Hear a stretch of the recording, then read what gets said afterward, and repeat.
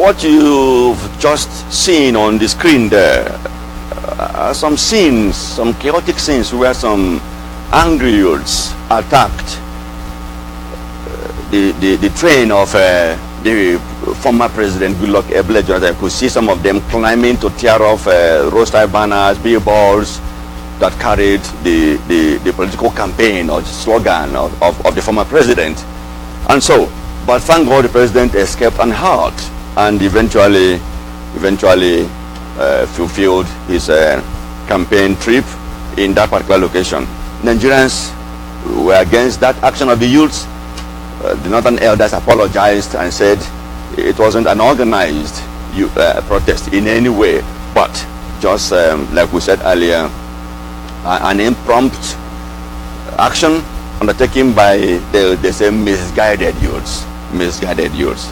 So that's what you saw on the screen there. And this scene, the scenes you saw there also drew attention to the fact that there were certain sections of the country that people were not pleased with his administration. From that, we moved on to Lagos, where there was another protest, which they called Claim Nigeria. Yes, they said Nigeria was adrift. Rights groups, human rights campaigners, activists who took to the streets of Lagos. Thousands and thousands of them said, occupy Nigeria, until but thank God they didn't occupy all of Nigeria. They only occupied some parts of Lagos State. That was also under Jonathan. They said they were protesting some of the administration's lackluster attitude towards the economy of the country when it had to do with fuel subsidy, which Nigerians were shocked that fuel subsidy climbed from about 200 million naira to 300 million naira, and within a few months shot up to about 1.2 billion naira. And Nigerians were asking, the same quantity of fuel imported, the same number of importers, why such astronomical rise in what we were told was the cost of fuel importation and fuel subsidy in Nigeria? That pushed those activists, as you can see, to the streets. Not only Lagos, actually, they were in Abuja and some other Nigerian cities to protest against that economic, they say, maladministration of the former president. However, in the midst of all of this, you can see Nigerians there on the streets. You can see them there protesting with their faces painted, barefooted. You can see the Nigerian Labour Congress flag among them. You can see the TUC flag. You can see other groups as part of the protesters on the streets of Lagos. Now, we will show you something that you may like to see. The president's wife owns some beautiful mansions. That's what we'll show you next. And that's one of the reasons why the antagonists have accused him of supporting corruption. They argue that if a president's wife, if Mrs. Jonathan could own such property, then the husband must be, as they will say in legal terms, an alibi.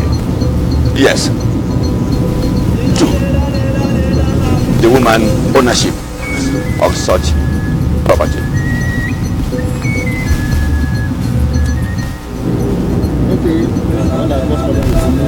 What you see there is an uncompleted 5-star. If completed, it will be 5-star hotel.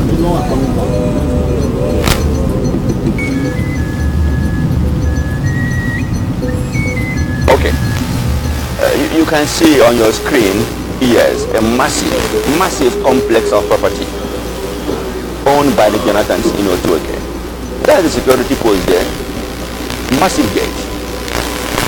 What a beautiful compound in the midst of chronic poverty. That's why people, you can see several property in their compound. And people are asking, how could a sitting president have acquired such property in his native country? Some argued, yes, he was entitled to that as a president. Some argued, yes, some companies could have also built those houses for them in search for government patronage and favor. But others would argue that if he was a man of principle, if he was a man who understood the implications of this while he was in office, he would not have permitted that to be built for him if they were actually built by companies, or as they would say, benevolent Nigerians or foreigners. Was it all blame? No. Jonathan made successes.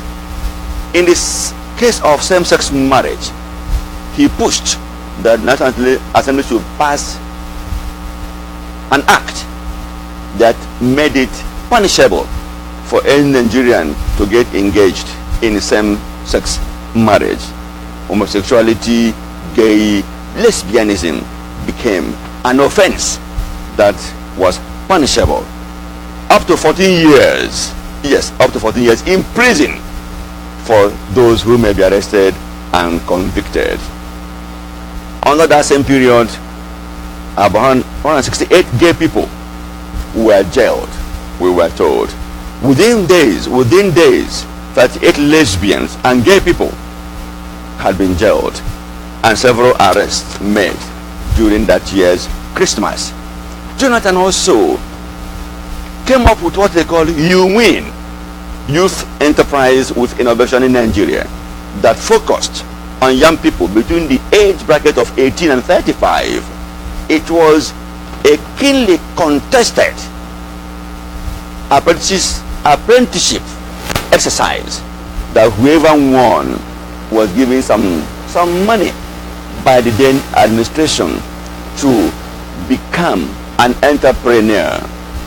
The UWIN initiative targeted between 40 and 50,000 young Nigerians to create sustainable jobs and employment, to move them from being job seekers to job providers, to move them from being applicants to being employers, and several other programs that people could give kudos to Dr. Goodluck Ebele Jonathan, who saddled the leadership of Nigeria for 6 whole years, from May 2010 to May 2015, when he left office. Many have praised him for quietly conceding defeat to his rival General Muhammadu Buhari, who ran under the APC umbrella. Yet many have said he had no choice than to concede defeat, having been defeated at the April 2015 presidential election. To whichever side you belong, our duty here on TNTV is to bring to you Nigeria today as it is.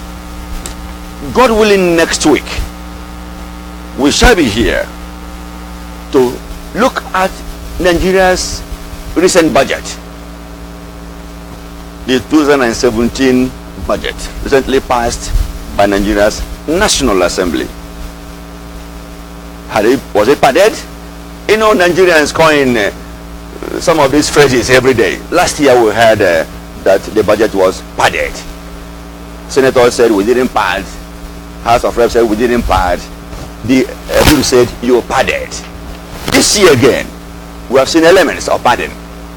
When next time we come, God willing, keeping us alive, and Jesus not coming yet, we shall be looking at that budget. We expect you will send in your views as you watch us.